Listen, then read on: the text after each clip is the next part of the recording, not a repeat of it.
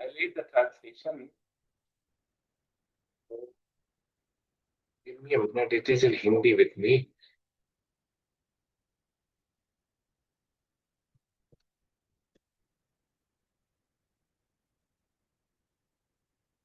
Hmm. Okay.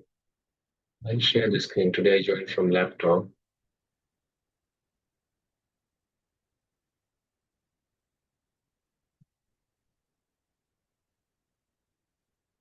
Oh, unfortunately, this is not the translate.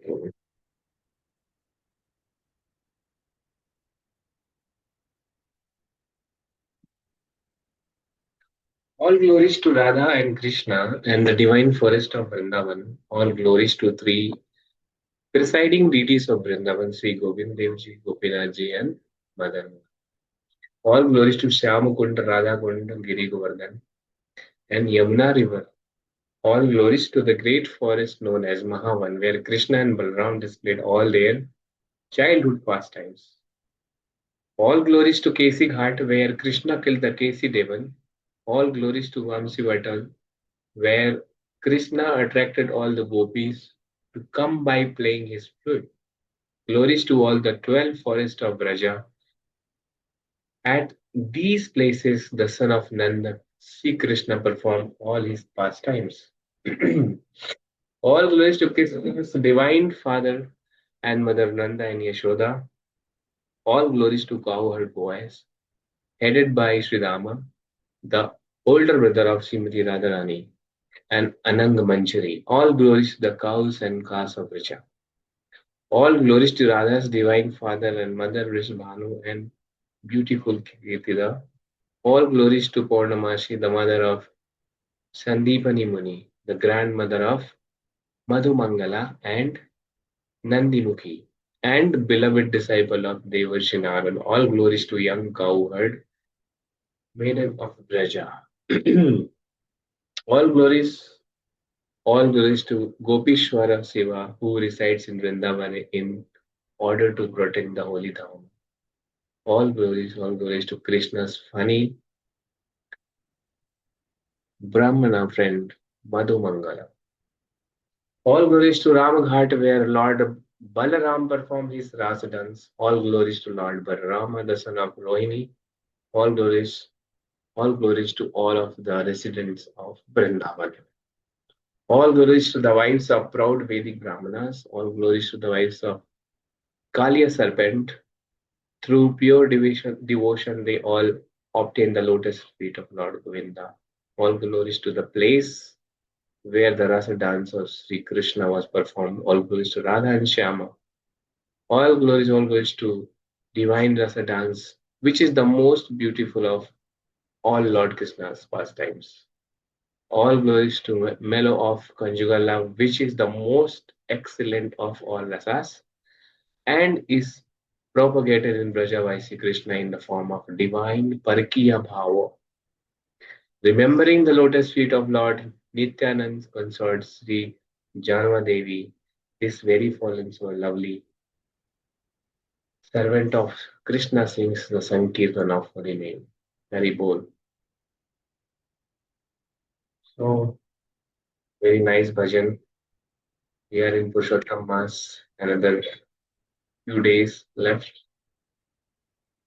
So, thinking the glories of Lord and His, this is Parikar is beneficial for our devotion. Over to Manikanta Prabhu for taking us through the prayers of Virtasur. Thank you, Prabhu. Shall we start with prayers, Prabhu? Yeah. Yes.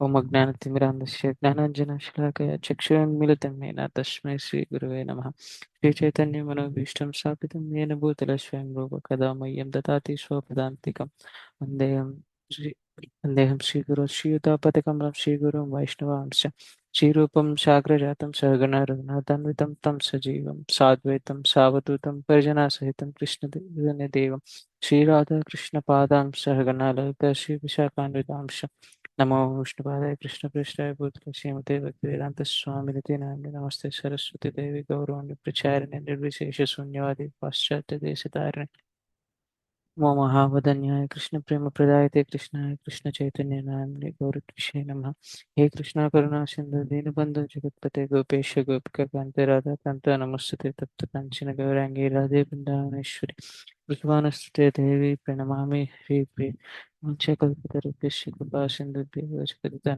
पावनेभ्यो वैष्णवेभ्यो नमो नमः जय श्री कृष्ण चैतन्य प्रभु नित्यानंद श्री द्वैत गदाधर शिवासि गौर भक्तवृंद हरे Krishna Krishna Krishna Hare Hare Hare Ram Ram Hare Hare uh, Hare Krishna.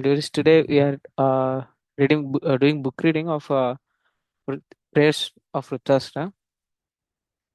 Is my screen visible? Yes, Prabhuji. Prabhuji, how do we read, Prabhuji? Like, is it sloka by sloka or all four slokas at once, Prabhuji? No, we should read sloka translation and purport thoroughly, and then we can discuss. Oh, okay, Prabhuji. First one, 6.11.24. Aham hare tava padaikαμūla दासानुदासो भवितास्मि भूया मनः स्मरेताशु पतेर्गुणासुते गृणीतवा कर्म करोतु कायः. Translation. O my Lord, O Supreme Personality of Godhead, will I again be able to be a servant of your eternal servants, who find shelter only at your lotus feet?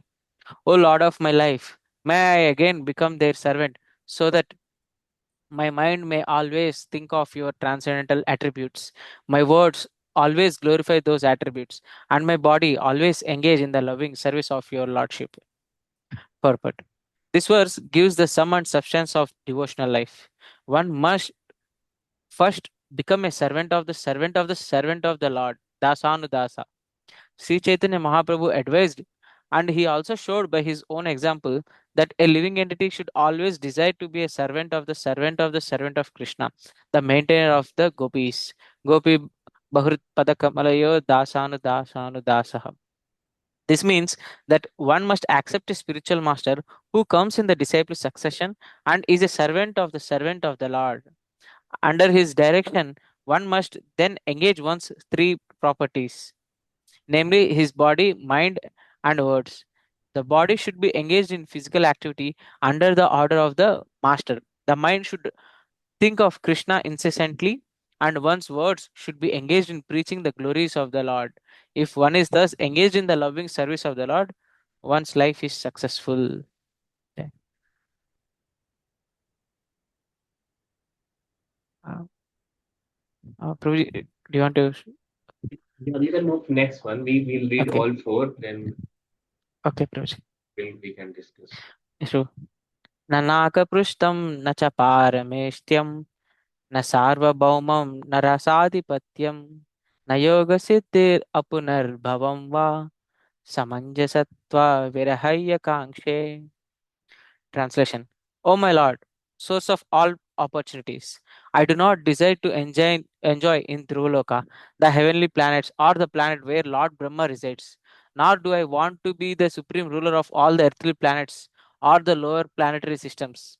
I do not desire to be master of the powers of mystic yoga, nor do I want liberation if I have to give up your lotus feet.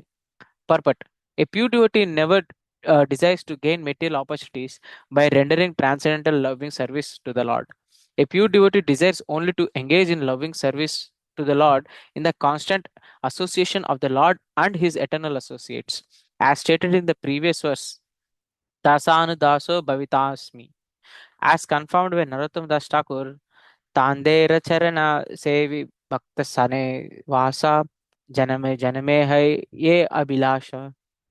To serve the Lord and the servants of his servants in the association of devotees is the only objective of a pure, unalloyed devotee. 6.11.26. Ajata Paksha Iva Mataram Kaga स्तन्यं यथा वत्सरतः क्षुधार्ताः प्रियं प्रियेव विषितं विसन्ना मनोरविन्दाक्ष दिदृक्षते त्वां. Translation. O lotus-eyed Lord, as baby birds that have not yet developed their wings always look for their mother to return and feed them, as small calves tied with ropes wait anxiously the time of milking, when they will be allowed to drink the milk of their mothers, or as a morose wife whose husband is away from home always longs for him to return and satisfy her in all respects. I always yearn for the opportunity to render direct service unto you. Purport. A pure devotee always yearns to associate personally with the Lord and render service unto him. The examples given in this regard are most appropriate. A small baby bird is practically never satisfied except when the mother bird comes to feed it. A small calf is not satisfied unless allowed to suck the milk from the mother's udder. And a chaste, devoted wife whose husband is away from home is never satisfied until she has the association of her beloved husband. 6.11.27 ममोत्तमश्लोकजनेषु सख्यं संसारचक्रे भ्रमतः स्वकर्मभिः तन्मयात् मया माययात्मजादारगेहेषु आसक्तचित्तस्य ननात भूयात्. Translation. O my Lord, my Master, I am wandering throughout this material world as a result of my fruitive activities.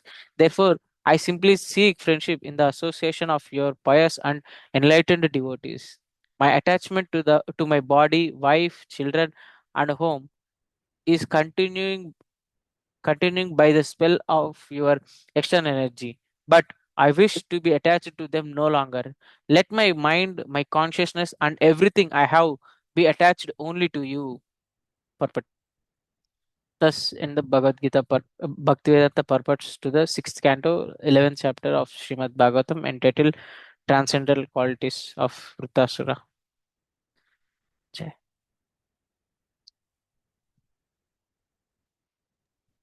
Thank you very much, Uh, Prabhuji. So while reading, do you have any points to share?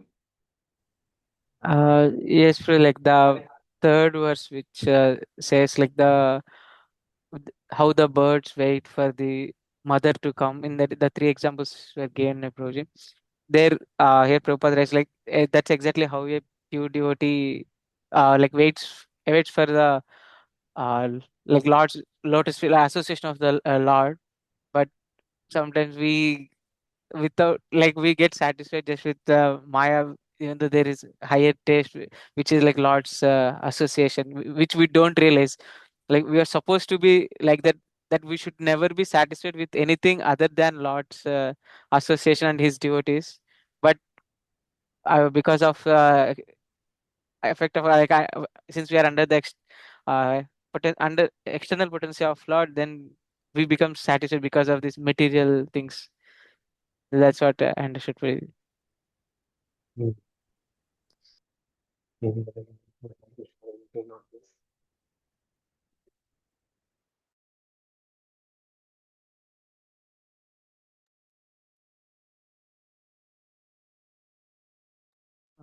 Prabhu, are you speaking, Prabhuji? Couldn't hear you.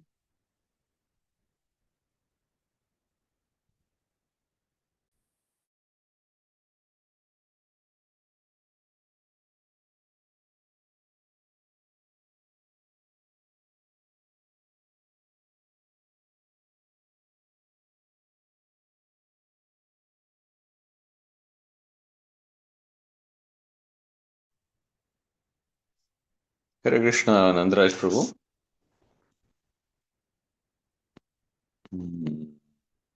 Think he lost. Yeah, Sorry. Prabhuji joined from another device. Yeah, actually, my laptop crashed. Oh, Krishna. Okay, okay. Yes, Prabhu. I rejoined. So, so one thing. So we all know that Vritrasur, by the name itself, that he was a demon. So my relation I'm sharing. So he was, I think, Chitraketu in past life, and he was a king actually, and he was a devotee also. So one thing I think I don't remember exact past time how he was cast and became demon, but from the prayers we read I think couple of sessions back about Gajendra, Navratasur. So one thing is very clear that Bhagavad Gita in 2.40 says Sarvamassa Dharmasya Tarayate Main To Bhayan. So that whatever Bhagavad Gita is saying, Bhagavatam or Chaitanya Charitamrita, whatever pastimes we have heard, it is proving that point again and again that whatever endeavor is made in past life for the Lord in the devotion is not lost. See, if Gajendra being animal, being elephant, was able to recite the prayers of Lord. Similarly, a demon also is praying in the lotus feet of what he is saying in 24 that I should get association of those who are serving you. Right? I think that's what we read. So that this is he came to kill Krishna, right? And then he started praising the Lord. It's because of his devotional service, what he performed in past life. So that is my realization about these prayers. That whatever endeavor we are making, um, Lord never forgets. And when time comes, we remember these things. The only thing is that we do it from all of our heart, not artificially. Even artificially done, Lord will not forget that also. So we'll have one session on Naam, glories of name also, chanting the name. So later we will understand more deeper uh, how it impacts. But we should so see in sadhana bhakti, what we do is Vaidhi basically, which comes from scriptural references how we should do it. So that becomes Vaidhi because it is falling under rules that how should we do.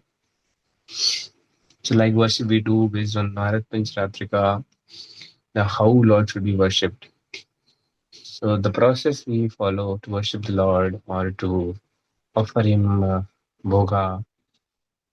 So by sadhana bhakti, why sadhana? Because in all of the rasas, one thing is prominent, which is dasya bhav. So in Vaishnava parampara, in Gaudiya parampara, um, we have so even in other paramparas also we have seen that they apply the das, right? So why only das? Why not other rasas? Because we I mean the human being or living entity takes time to develop other rasas. But das bhav is very prominent and which is by default. It's a like default nature of living entity. And by performing the devotional services, we can develop any other rasas. I mean, but ultimately, the starting Svadi Bhakti starts from here. So the point why I brought this is either it is mechanical or you do it. So Lord will not forget any of them. Very simple. When we meditate upon Him more, do it more from heart. It's like we develop relation more easily. I mean, faster and easier. But even if things are done mechanically, it falls under sadhana bhakti. So without applying brain, without applying heart, without applying anything, if we just follow the instruction of the scriptures, our spiritual masters, or whatever we are learning from, whatever Prabhupada ji has written and we have learned. So that becomes Vadi as sadhana bhakti, and it also leads, it provides, I mean, all those things like liberation and then the shelter of the Lord. So, so that is my overall conclusion about these prayers. And we should either mechanically or i- in a prakar, in what I understand, we should do, and not. See, somebody may say, like, not within the devotee community, but I have experience people saying that this is transactional, like um, you are doing it maybe for you were going through some stress or maybe some for some benefits or for Thati, Gyani Jigyasu, all those. So people generally think that devotion is done only when people are like Arth or Tati, Gyani Jigyasu.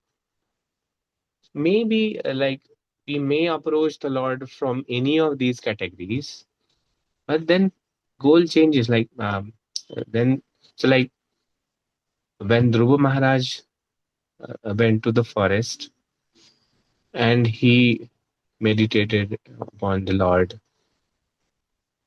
So, what was his purpose? The purpose was to gain the bigger kingdom of like more than what Brahmaji has, my great grandfather. But when I think Lord appeared and the Kong, he touched his forehead from Conch. He got all the knowledge, right? Then he realized that whatever I was asking Lord is nothing. It's nothing. It's less piece of glasses, and um, I don't need anything basically. So people think so even if approaching from any of these categories, when we read the scriptures here from our spiritual master and sadhus, basically the parampara, we realize and then our path changes. Like it's not transactional, and even if devotees pray, they don't pray for themselves. They generally pray for other devotees. Right, and that prayer is different than what. See, desire is one thing, prayer is one thing. So, so even if somebody can say that, why do you pray then for the good health of somebody, or maybe for if he lost the job, why do you pray? So prayer is one thing, desire is one thing. So when I chant and I constantly desire to gain something out of it, that becomes transactional. But it is done for the pleasure of Lord. And even if we do the prayers for other devotees, it's not for us. And we are not gaining anything out of it. So obviously it becomes neutral and uh, uh, anya vilasita shunyam. So it falls in that category. So generally, why people feel that way is because uh, people approach mostly because of these problems, and they generally approach demigods. Like if somebody wants um, good results or in education, they approach Saraswati, or ladies generally approach Lord Shiva for good husband. This is my experience, what I've seen. Don't take it otherwise. So this is because of all the social culture. People believe in those things, but it's okay. What we have to do, we have to do. So thank you very much. I have taken more time. If anybody wants to share something, please share, because these things help each other. So whatever I'm sharing, it is shared by someone, or my experiences. Uh, so I was not born intelligent. I was not born as devotee, but within the community of devotee, we learn. Thank you very much.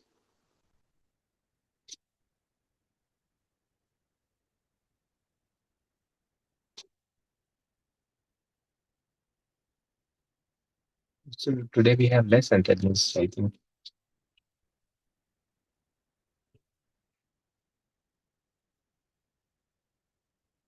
So, Vijay Prabhuji, would you like to share something on these prayers? Like, if not uh, anything specific, or maybe in general.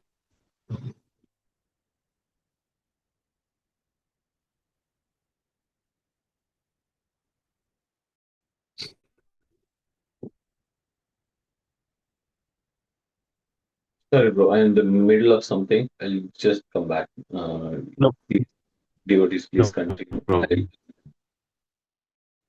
No problem. So, any other devotee would like to share, maybe from all these four slokas which we just read? You can share whatever you liked.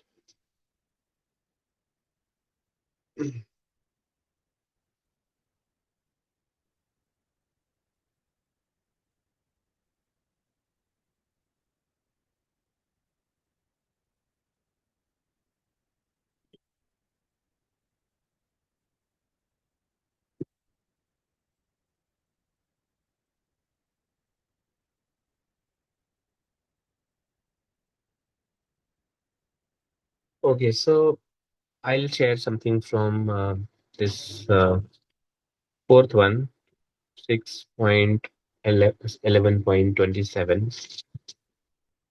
So, what Dutas is saying is, "O Lord, my Master, I am wandering throughout this material world as a result of my fruitive activities.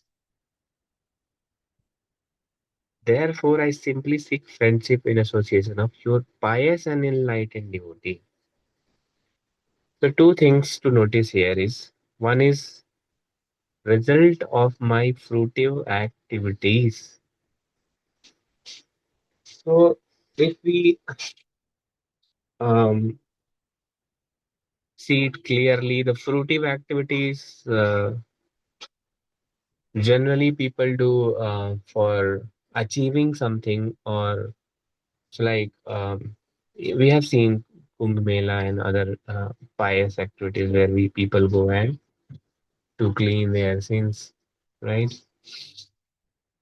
Or maybe when we are doing charity work, maybe giving to some beggars roadside, or so. So in chapter 17, we know that out of compassion, out of duty, these things do not bound us, but um, sometimes people do it for, like, if I uh, do the charity, it will come back maybe 10 times to me. That is cause of I mean, bondage. If we are giving something, that means we have created a ledger. In finance, there is a ledger, and that is going to come back to us, be it positive or negative. So, so that result of fruitive activities. So basically, when I was almost child, almost very young, uh, I mean, fourth, fifth, or maybe less than that also, I think. I I vaguely remember that I used to think people like I belong to very rural part of MP, and their spiritual activities are prominent in that time. So um, since my childhood, I had association. I got basically. I didn't know anything, but uh, we used to get association of very nice devotee, pure devotees uh, from Sri Sampradaya. So that time I was also curious and used to ask that what is the purpose of this life? What happens after this? So everybody used to say that these 84 lakh species will take birth, and then if we do good, we'll go to Swarga, or we get the moksha when karmas are neutralized. So I always wondered that time that how one can negate his karma. We are going to drink, we are going to eat, we are going to do something. We are engaged every moment in some kind of karma. So ये तो zero होना ही नहीं है कभी. मतलब यहीं लटके रहेंगे. I was very young, and then मैंने छोड़ दिया. I think then I thought that even if somebody takes sannyas, he cannot. This my childish understanding that time. Don't think otherwise. That even if I take sannyas, I was thinking that time. Even if I take sannyas, that time also I will go for begging or preparing some meal, or I'll still be transitional, right? I will be accumulating karma. Then I think now after coming to mainstream, so I may not be, uh, but I somehow, with the mercy of the devotees, I came to mainstream path and understood it this way. So what Vrita is saying is that therefore I simply seek friendship in the association of your pious and enlightened devotees. So we all sing bhajans, and many times we must have read Narottam Das Thakur uh, quoting that दर्शने पवित्र करा यही तुम्हारा गुण. Or uh, in other bhajans also he has mentioned. Another, I think Prabhupada ji has also quoted multiple times that simply by the association of pure devotees, our sins go away. I mean, our bondage to these things is cut simply by associating with them. So now we can think, if this can happen by just association, what if we follow the footstep of pure devotee? What will happen? It burns out everything. So now I'm going through NOD classes, and there Prabhuji was explaining that it burns everything. So like Nama Bhasa also, we chant. So I may be chanting in Nama Bhasa, or maybe in offensive also. I don't know where I am, but for sure it is either the first stage of chanting or maybe Nama Bhasa, where we don't chant attentively and hear it. And it is like we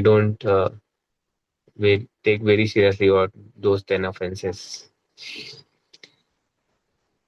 So it destroys everything. Just one name of Lord destroys. Then I mean, after um going through Gita classes and all, then I realize in this age that how karma is neutralized. not by artificially giving them. Prabhupada had mentioned, I think, multiple times in Bhagavad Gita also, I think, and NOI also, that we cannot give up uh, the work artificially. I mean, we cannot renounce artificially. If we do artificially, we'll fall down for sure. And the reason is, until we practice and develop that love or develop through the service, um, we until we get the rasa, that whatever chanting we are doing, even if it is offensive, we get some taste. Otherwise, there is no possibility that give up all those smaller taste, whatever we have given up so far. So simply by chanting and following the footstep of pure devotee, we burn everything what we have accumulated so far. So what happens? Whatever bank balance we have in this life, it continues. Whatever we have, but past and future is burnt out by the association of pure devotees and simply engaging the service of Shri Radha and Krishna. Next, he is saying that my attachment to my body, wife, children, and home is continuing by the spell of your external energy. So, external energy is nothing but Maya Devi, through which Lord maintains this universe. But I wish to be attached to them no longer. So, let my mind, my consciousness, and everything I have be attached only to you. So, here, third thing he is calling out is attachment. First, he talked about fruitive activities. So, fruitive activities create bondage. Okay. So, like plus or minus, the ledger of finance is created. Second, he talked about the association of pure devotees. We discussed both. The third thing he's calling out is attachment. So, what is another reason to fall down? I mean, to take birth. Like, one is karma, okay, that we do. It accumulates, or whatever sins we accumulate, it causes rebirth. What is another? That is attachment. So, attachment could be to any living entity or material entity also. For example, the person is attached. So, we all know that how Bharat Maharaj. So, the story of Bharat Maharaj is like for us to. So, whatever I mean, Katha we read in the Bhagavatam is for our benefits. Not that Bharat Maharaj was that like that. Lord wanted to teach us. So Bharat Maharaj is, we all know that story. Um, with attachment of deer, he became deer. And Prabhupada also mentioned one lady approached Srila Prabhupada, and she asked that I have heard that you can tell me that who is going to take, I mean, who is going to become what in next life. So I want to know. So Prabhupada asked, what do you like more? She said, I like swimming so much. So Prabhupada said, you will become fish. So not only attachment to living entities, but our attachment to anything can result next birth. And now question arises that how do we give up this? Because artificial it is not possible. So Prabhupada always emphasized on do's, not on don'ts. So when we do do's, don'ts are always already taken care. So like if you get the higher taste, that inferior taste is already given up. So like if we develop the attachment to Lord Krishna and spiritual master, then even all I think will give up all these material attachments naturally. So suppose I have attachment to maybe uh, cars or maybe anything, maybe family members. But if I develop more attachment to Krishna or my spiritual master, that means I am more attached to them, not to they. Even if I am attached to, my family or any material thing, that is in lower mode. It's not, it cannot create any problem because my more attachment is towards Krishna and my towards his spiritual master. So that was the last sloka. I think we should read these prayers in Purushottam one by one. Thank you very much. Any questions or maybe realization if anybody wants to share? Else, anybody, we can start in the diary chapter.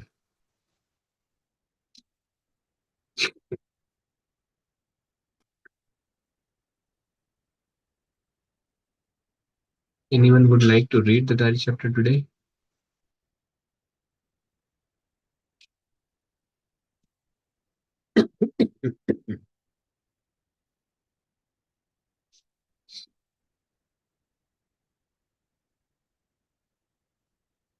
Yeah.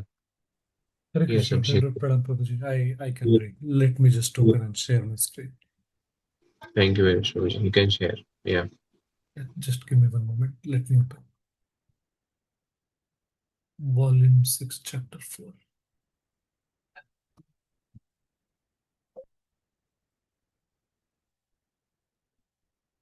Give me just 1 second, Prabhuji. Yeah, that's okay. Wrong window. Let that go.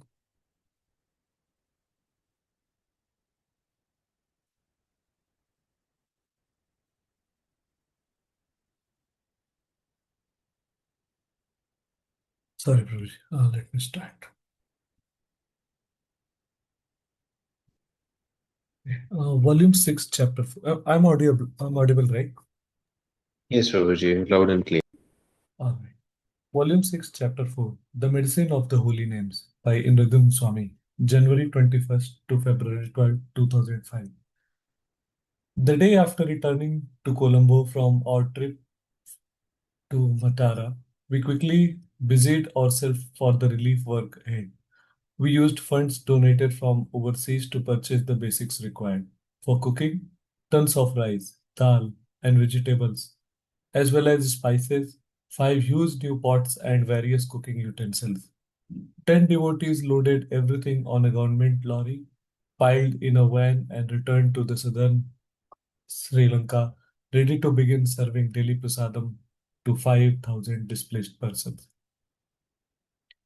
The same day, I took 3 devotees in another van to the east coast of Sri Lanka, scouting the opportunities to distribute prasadam there. The 13 hours drive would take us through a hilly area and across a 100-kilometer plain to the ocean. Much of the Sri Lanka's east coast is controlled by the Tamil Tigers. The rebel force had fought the Sinhalese government for 30 years before agreeing to a ceasefire 3 years ago. The ceasefire had held, but the government had recently warned that it could not guarantee the safety of humanitarian workers going into rebel-controlled areas. If you go to distribute prasadam and have kirtan, they won't bother you, said Mahakartadas, the Colombo temple president. In fact, they will welcome you. Most of the tsunami world aid given to Sri Lanka is being distributed in the southern region, controlled by the government. The horrors that I had witnessed in the southern coast seemed far away as we drove through the picturesque interior jungles. The winding road took us through some of the most beautiful scenery I have ever seen. The well-maintained road serviced the many tourists who flocked to Sri Lanka before and just after the war. An astonishing variety of colorful birds soared through the humid air, their beautiful colors clashing splendidly with the deep green jungle foliage. A tropical climate and diversity of habitats endow Sri Lanka with an abundance of bird life. There are more than 400 different species, said our driver. We passed nearby Kandy, the second biggest city on the island, and the Sinhalese culture and spiritual headquarters. In the center of the city is a beautiful lake, and on its northern shore sits the Dalada Maligawa, the Temple of the Tooth. This temple enshrines an original tooth of Lord Buddha, reputed to have been snatched from his funeral pyre in 543 BC and smuggled into Sri Lanka in the hair of princes some 900 years later. Driving further, we saw hills carpeted with the glowing green of large tea plantations. 2 hours into our journey, we passed a sign advertising an elephant orphanage. An elephant orphanage? I asked in surprise. There are many wild elephants on the island. Our driver informed us. Because of the war, many baby elephants were orphaned. So the government started an orphanage. It's open to the public. Let's go see it. One devotee suggested. That's not what we are here for, I said. We are not tourists. We are on a mission to help the victims of the tsunami. Don't forget that. Everyone in the van became silent. After several hours, I spoke up. How do we know when we are in Tamil Tiger territory? I asked the driver. You will know, he said with a laugh. Hours later, as twilight was settling in, and just as I had drifted off to sleep, I was rudely shaken awake by the jerking motion of our car, bouncing up and down on the road. What's going on? I asked the driver. We are now in the Tamil Tiger territory, he grinned. Sticking my head outside the window, I saw potholes in the road every few meters. The asphalt was cracking everywhere, and there were few road signs giving proper directions. It's a different world from here on, our driver said. Some parts of the area are patrolled by government forces and others by Tamil Tigers. Sure enough, within minutes we came to a government army checkpoint barricaded in barbed wire. Soldiers came over to our van and shined their flashlights in. Not knowing exactly what to do, I simply smiled. To my surprise, they all smiled back. They know you are here for the relief work, said the driver. Few tourists came this way anymore. I can understand why, I replied. The soldiers let us pass. As we bounced along the road, I strained my eyes to see the jungle outside. Suddenly, our driver slammed the brakes to avoid hitting a huge form laboring on the road before us. Okay. Hare Krishna, it's an elephant, one devotee exclaimed. Speeding up again, our driver calmly drove around the beach. Some time later, we descended out of the country and onto the plains that stretched towards the sea. How many more hours to go? I asked. It seemed like we have been driving for days. 5, he answered. 5? Okay, then pull over. I have to answer nature's call. As the driver as the driver pulled over, I stepped out and I started walking towards a field. Just as I stepped on the grass, a devotee screamed out, Maharaj, stop! It's a minefield. Immediately I stopped and carefully backtracked. Only then noticing several red signs nearby painted with skulls and crossbones reading, "Danger, landmines." "Come back," said the driver. "We'll find someplace else." As we drove on, he explained that many areas in the region were mined during the war by both government and Tamil Tiger forces. Hundreds of thousands of landmines and tons of explosives are buried in this part of the country. He said, "Be very careful. Be careful where you walk. Stick to the main road and watch out for snakes too. Sri Lanka has five venomous types." Reaching beneath his seat, he pulled out a vial containing some dirt. "You'll be protected if you carry this," he offered. What is it?" I asked curiously. "It is from the town of Madhu, up north," he replied. "That's where the statue of Our Lady of Madhu is located. She protects us from snake bites, just as earth taken from around her shrines protect us. Would you like some?" "No, it's okay," I declined, waving my hand. "I'll just stay on the beaten path." Darkness fell as we drove on through the plains. I noticed there wasn't a single person on the street in the small village through which we passed. "Where is everyone?" I asked. "Most of the fighting during the war took place at night," the driver replied. "So these peoples are accustomed to going inside just after nightfall." "But there's a ceasefire in effect now," I said. "Ceasefire doesn't mean the war is over," he said. "There are still skirmishes from time to time. Recently, a top Tamil Tiger politician was assassinated nearby." Again, silence prevailed inside the van, and I dozed off. I awoke in a village and saw a building with a sign that read Tamil Tiger Regional Headquarters. Surprised, I turned to the driver, who, in a serious voice, said, "They're in control here." Just after midnight, we arrived at our final destination, a small village near Batti Kaloa on the far eastern shore of Sri Lanka. After being in a stuffy van all day, I wanted some fresh air. I was about to ask the driver if he could take me the short distance to the beach so that I could take a walk. Then I remembered that it would be a terrible scene of devastation, like most other places along the coast. We soon met a local Hindu priest with whom we had we had a pre-arranged meeting.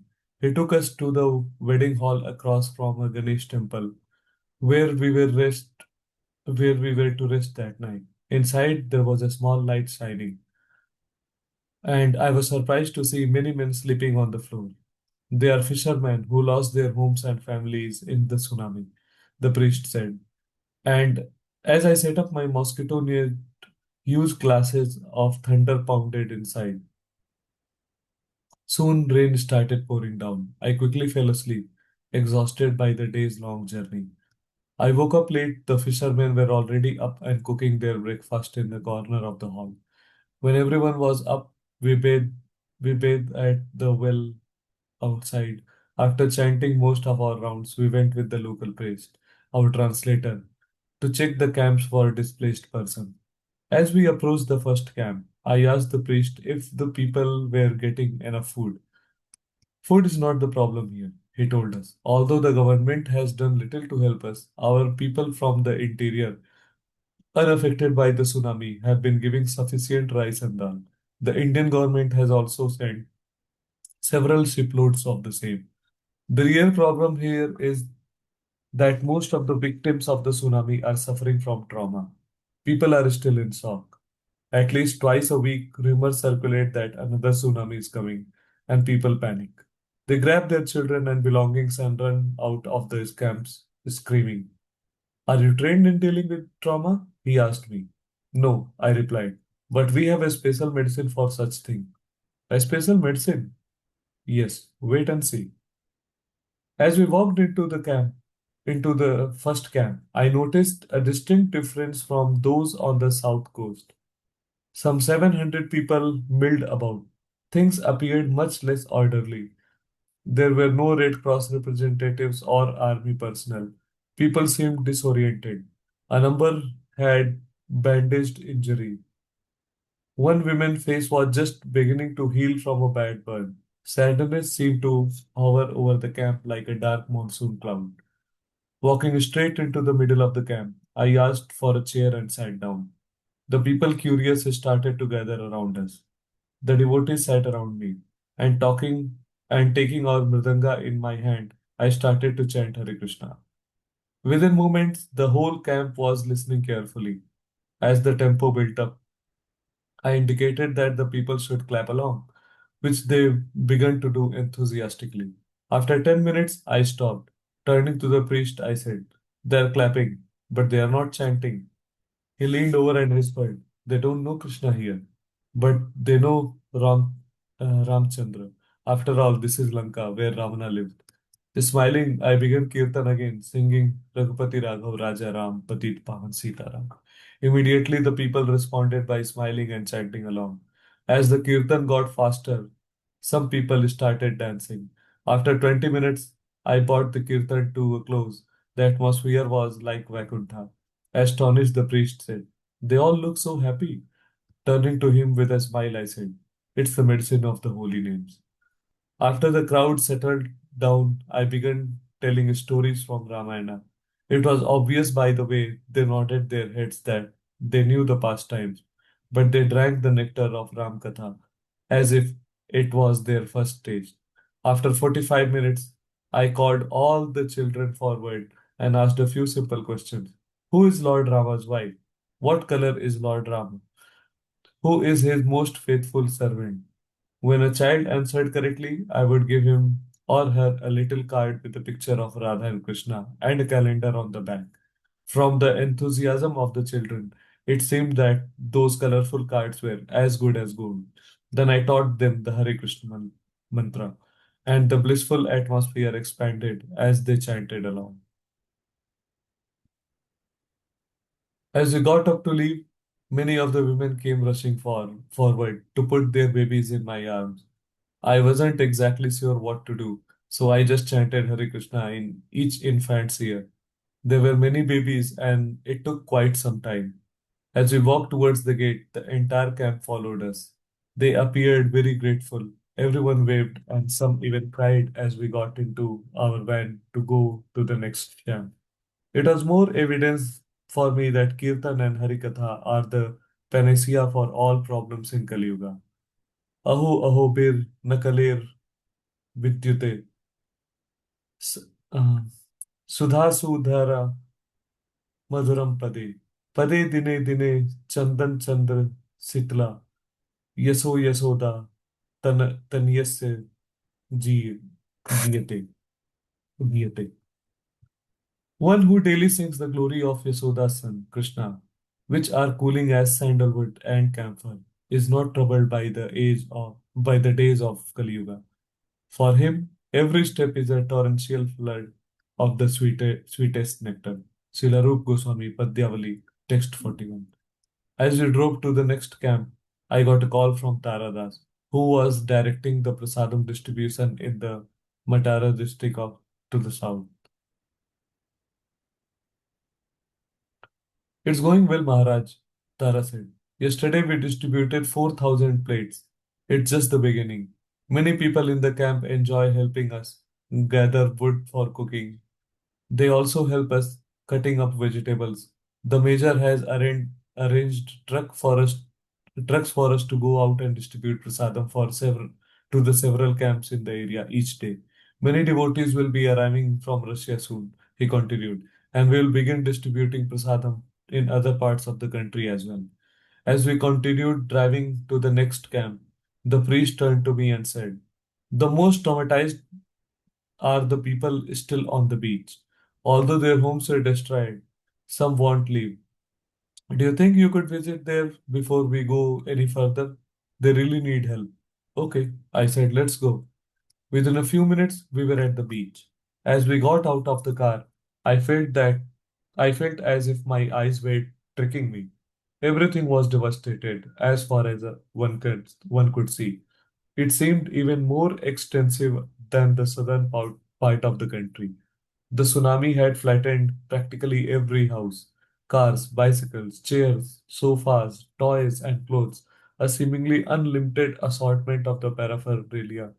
were strewn everywhere, and there was the awful stench of death. I covered my mouth with a cloth. Mostly dead animals, the priest said, but we are still finding human bodies. They are under the rubble of the houses and also wash up periodically on the shore. On my drive along the southern coast, I had seen destruction only from a distance. Now I was walking through it.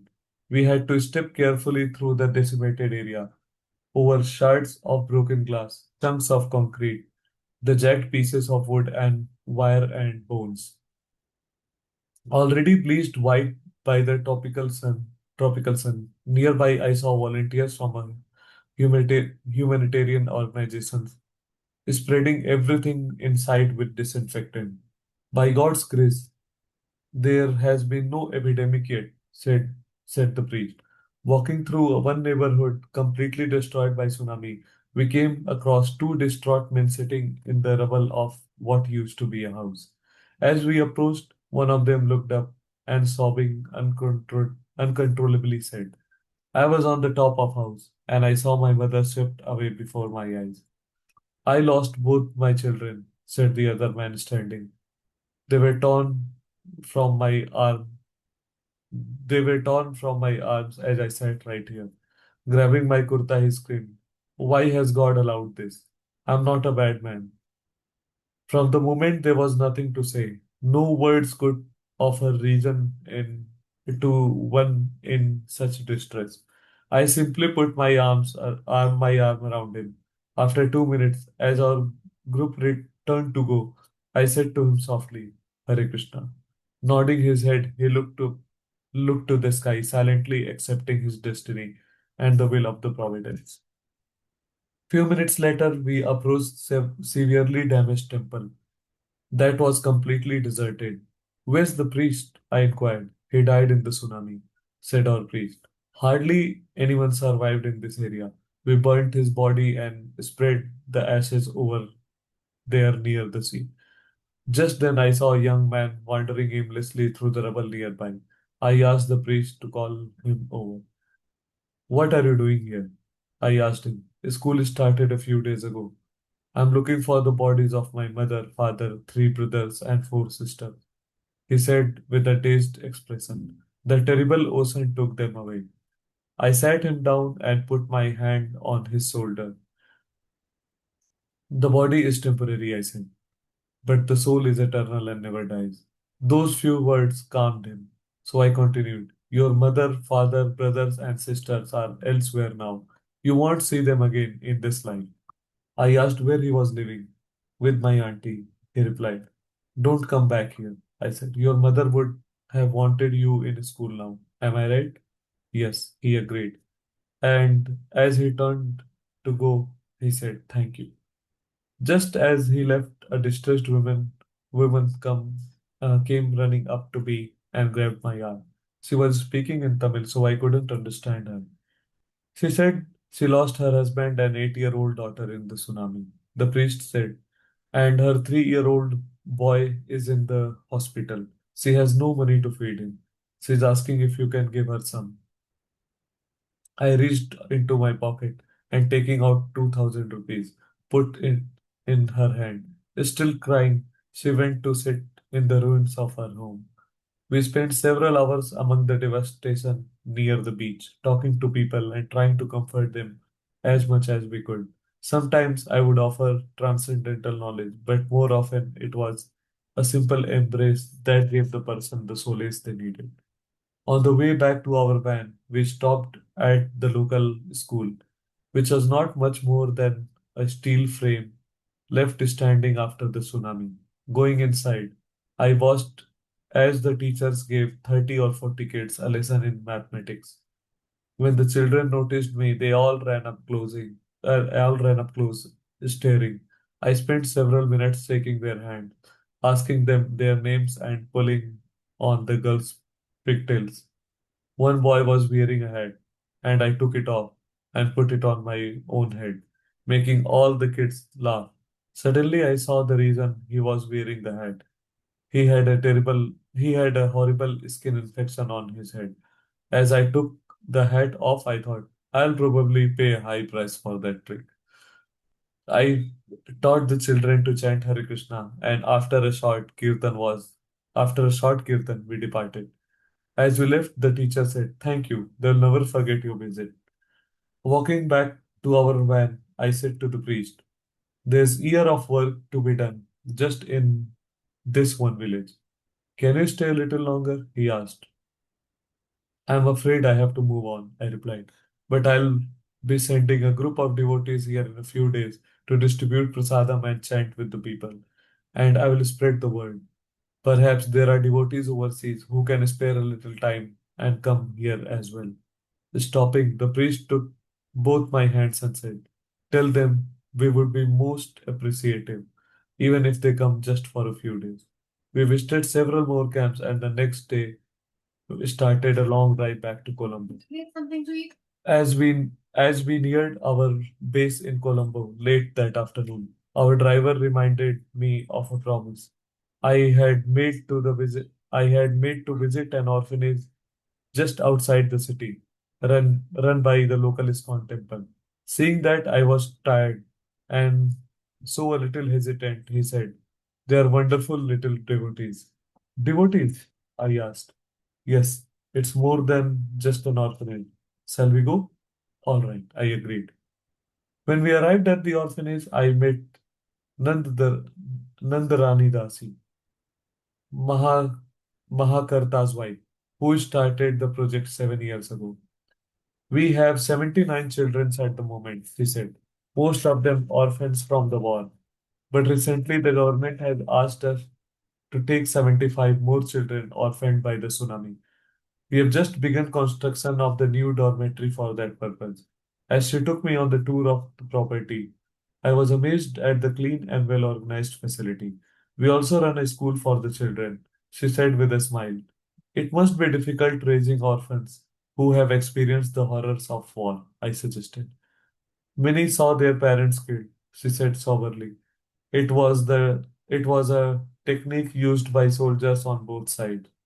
But through the years, these children have come to terms with what all they saw in war. "How's that?" "Through Krishna consciousness," she replied. "Come, I will show you." She took me to the temple room where all the children were anxiously waiting to meet me. When I walked in, they all paid obeisances and then eagerly gathered around me. "They want to hear stories about Krishna," she said, "and then have kirtan. It's their life and soul." I immediately began telling them Krishna conscious stories. And after an hour, I picked up drum and started kirtan. Once again, I witnessed the all merciful nature of the holy names as the children danced wildly with abandon, their big smiles radiating with youthful enthusiasm. I took the kirtan outside and we chanted and danced all over the property. They were beside themselves with happiness. After an hour and a half, I was exhausted and brought the kirtan party back into the temple room. But they wanted more, so I kept going, praying for their strength to fulfill their taste for the holy names. When we finally finished, I sat on the floor with all the children around me, blissful smiles still decorating their innocent faces. Am I in a war-torn country recently ravaged by a tsunami, or am I in Vaikuntha, the spiritual world? I wondered to myself in amazement, looking again at the blissful children I knew. For the moment, I am in Vaikuntha. As our group continued back to Colombo, I said to the devotees in the van, "There is something new in our movement, a Krishna conscious orphanage." That night, I began making the final touches on the infrastructure I had set up for the relief work on the island. I would be leaving in a few days, but the devotees who had come with me from overseas would continue the work for at least another 2 months. Before taking rest, I remembered my promise to the priest on the East Coast. I wrote emails to several God brothers asking if they could spare some time to come and help the villagers deal with the tragedy of the tsunami. I got an instant reply. "I don't know how much help I could be," one God brother wrote. "I don't have money, I'm not a doctor, and I don't have experience in counseling." I wrote back, Just come with the holy names. They they are what's needed here most here now. May Krishna's holy name, which is a reservoir of all transcendental happiness, the destruction of Kali Yuga's sins, the most purifying of all purifying things, the saintly person's food as he traverses the path to the spiritual world, the pleasure garden where the voices of the greatest saints, philosophers, and poets play, the life of the righteous, and the seed of the tree of religion, bring transcendental auspiciousness, bring transcendental auspiciousness to you all. Srila Rup Goswami Padyavali, text 19. Hare Krishna. Thank you very much, Prabhuji, for reading this nice chapter. Yeah, while reading it, I realized that this is the same. I think I have read this chapter in Maharaj's book, The Adventures book, if I'm not wrong, Yeah. unless I have Actually, read somewhere else. so these diary chapters were, I mean, some important diary chapters were picked up Yeah. and they were accumulated, and traveling monk was created. So traveling monk, those diary chapters are coming from these diaries only. Yes, but I'm not sure whether this is where I read, but because it's volume 6, so probably this is the only place I might have read it. I have not Yeah. been to volume 6 yet, so probably. Yes. And while I was reading, I was just realizing like Maharaj also, Guru Dev also said that, um, and all the Vaishnavacharya also said that the Janma Mrityu Jara Vyadhi, you can never avoid it. Right? So wherever we are, it keeps on coming. I would request Or other devotees as well to share their relation on this nice chapter. yes, Prabhu.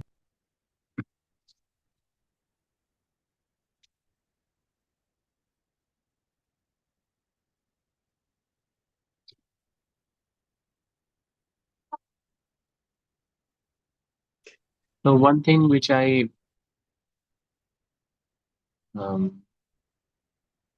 I read few, I think I was reading or hearing Srila Prabhupada. He mentioned that whenever there is burst in population, I mean too much population, and there is a drought. So there, whenever these two situations arise, so there will be wars and there will be natural calamities. So history tells us this. In World War, we have seen, and pandemic also spread those days, I think. So even we are seeing wars today also, but they are different. I mean, the wars performed, I think, those days were killing humans like anything. Like people do pest control, kill cockroaches in thousands of. I mean, I don't know the count exactly, but what I can see is whatever situation we are in today. I mean, globally, what we see is far far better than what we have seen in the history. So, in the history of China, you see, you go to World War. In Germany, you see how genocide was done. In Sri Lanka is one of them. I don't know how many of you know that. Um, India was also involved in peacekeeping, and as a result, we lost our prime minister also that time. Um, so India has also gone through very bad phases of these human imposed problems. And like Srila Gurudev mentioned in when that lady asked why God has done this. I mean, obviously, They were approaching Srila Gurudev with two reasons. One is as a representative of Lord, as a monk, and the second thing as they were looking as for some charity because they lost everything. They were looking as for Srila Gurudev as a hope. And as Gurudev has rightly mentioned that in this kind of distress situation, I think whatever sastra, number of sastras, slokas you put, it is not going to work. So sometimes silence is better than the words. That I realized that whoever can be more versed in slokas, if you hear Srila Gurudev's old lectures, he used to go so many slokas, so many. So this also teaches us that we should not poke our nose, or maybe we should not, we should speak only when necessary. And so when I think we enter into devotional life, immediately, if something happens anywhere, somebody dies, we immediately say, I mean, say that, okay, it's normal, death is going to happen, soul is eternal. That's true, but um, this cannot console the person who is going through that.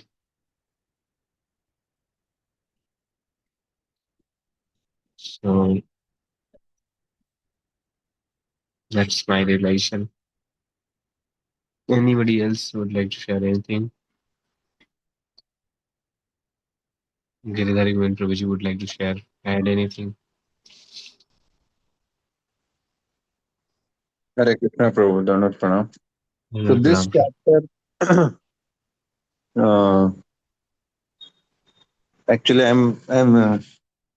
I just now got volume 6 printed, and I got a sample copy of volume 6, and I was just browsing through some chapters, and this chapter I was reading through that, and I recently, I think I read it again this time, even though I had read it once, but because the diary came, we are out of stock, so we are printing new diary. So this one sample came, and I just read this chapter a couple of days back, and not this chapter, the chapter before this, after this, and because once you pick up, then you can just start going through one after one another.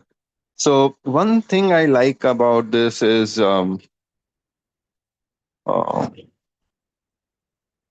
service before our comfort. So Gurudev had, although he was preaching for so many, uh, it was 11 months he had continuous preaching, and then this thing came, and he went to South Africa, and then he came back, thinking that no, I think because even before going to South Africa, on the way from Australia to India, he wrote email to Bhanu Maharaj and even to Sri Lanka temple president, but he didn't get much response from them, so he just went to South Africa. But once he went to South Africa, he got the call. He didn't waste a minute. He came back. So that is one thing. Service before comfort.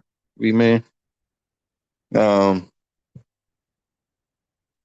we may those who are in Delhi group, they will understand. I was having a discussion, or in the group chat we were discussing about staying seated. Right.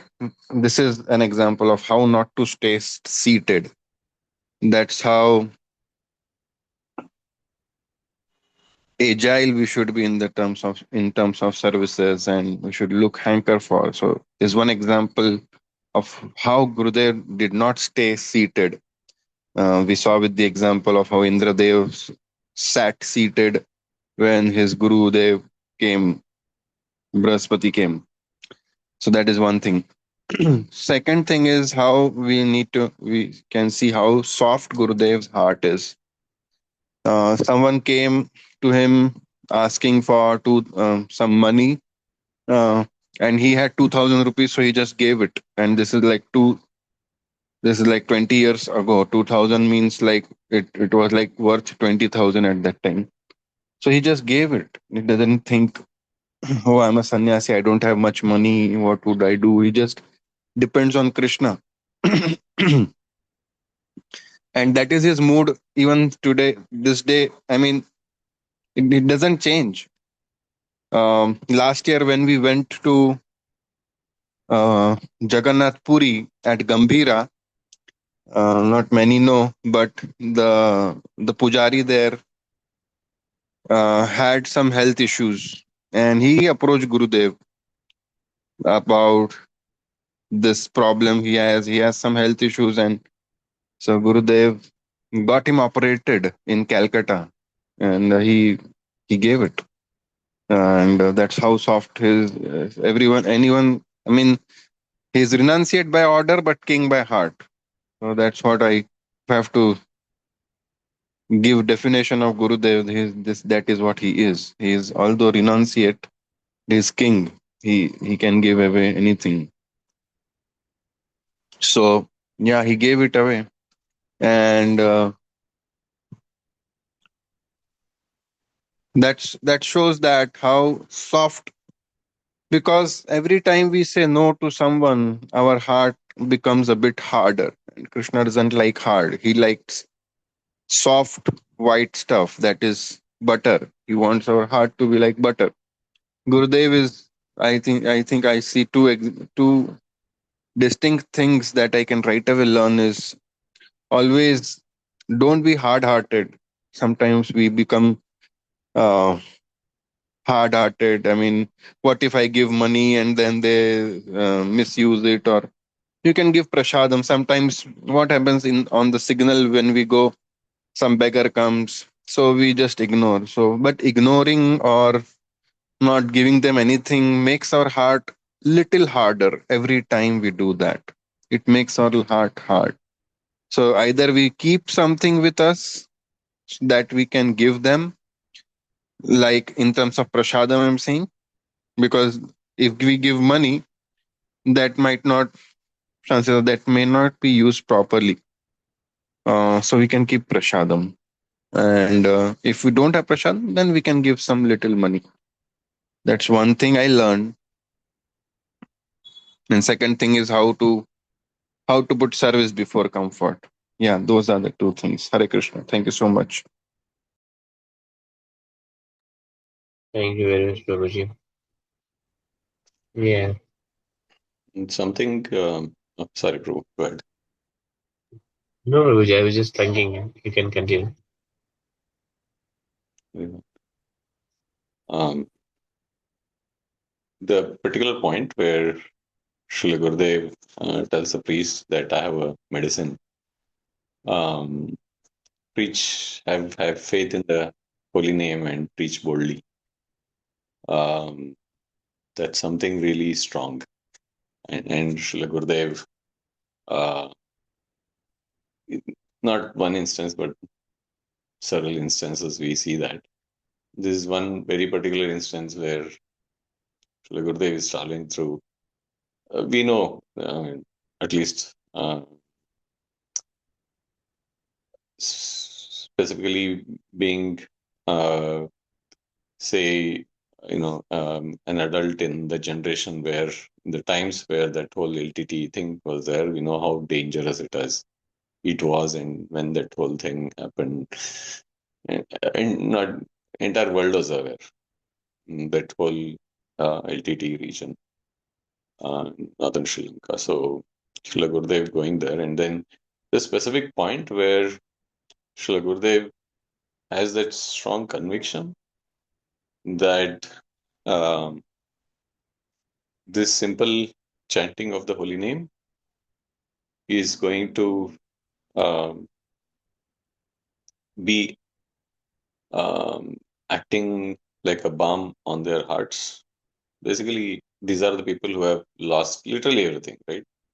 Is they would have lost their relatives, children, families, father, mother, their homes, obviously, and then they're in some public shelter. And Srila Gurudev, he doesn't have anything to give. So right at that point, they need all of those things back. I mean, if somebody can give all of them back, right? All what they've lost back to give them their normal life. But Srila Gurudev has that such bold conviction that Harinam is actually going to act as the balm on um, um, in the condition that they are presently in. And so I was hearing another lecture today about Kunti Maharani prayers, not very much related, but how like the Lord, these are the times where the testing time where, so when everything is going on nicely, the soul doesn't remember the super soul, the Lord, and Lord is also letting the subjects, the soul on their own. And then there are times when the Lord actually tests that, will the devotee remember me during these tough times? And that is when um, uh, during those tough times, if the Lord actually watches over and sees, is the soul remembering me? Is this person actually is remembering me in a sense where, Lord, please come and help, and we are under your shelter.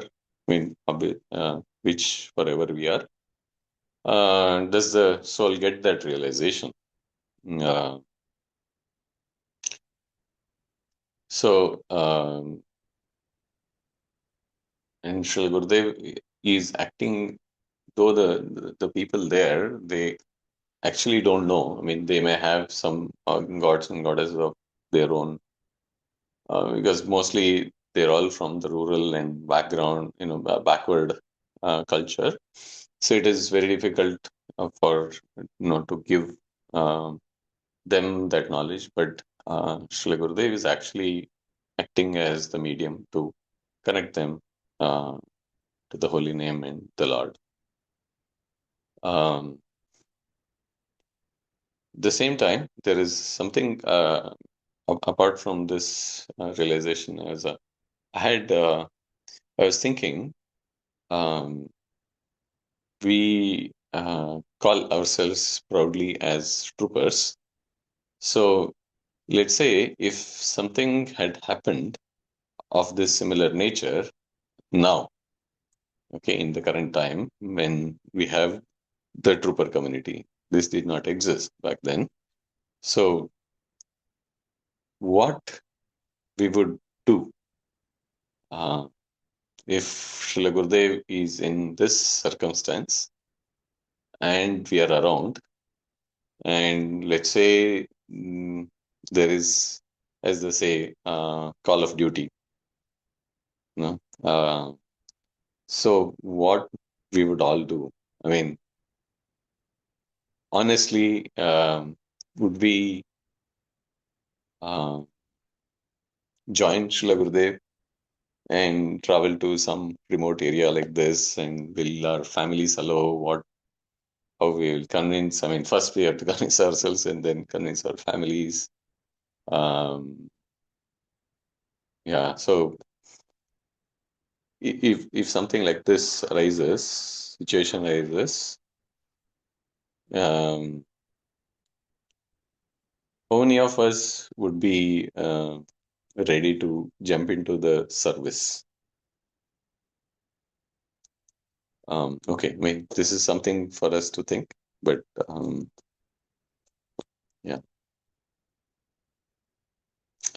Thank you, Hare Krishna.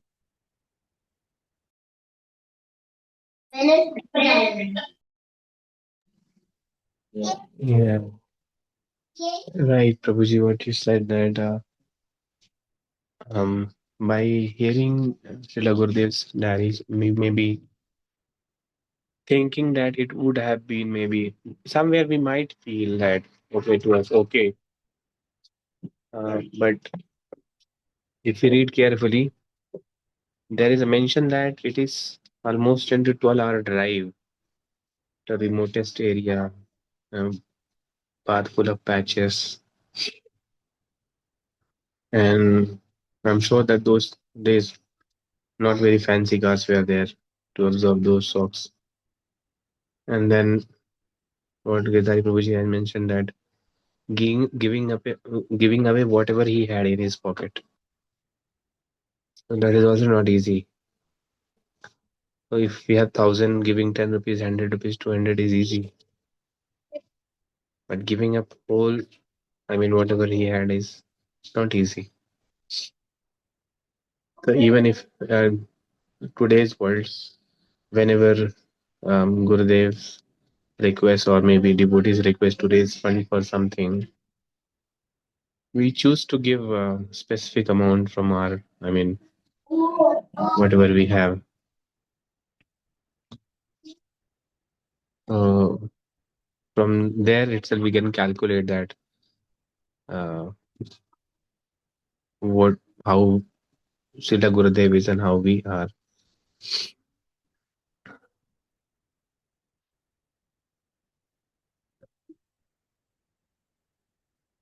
Thank you very much, devotees, for joining in. Anybody else would like to speak, or then we can, else we will close it because we're already 9:50 now.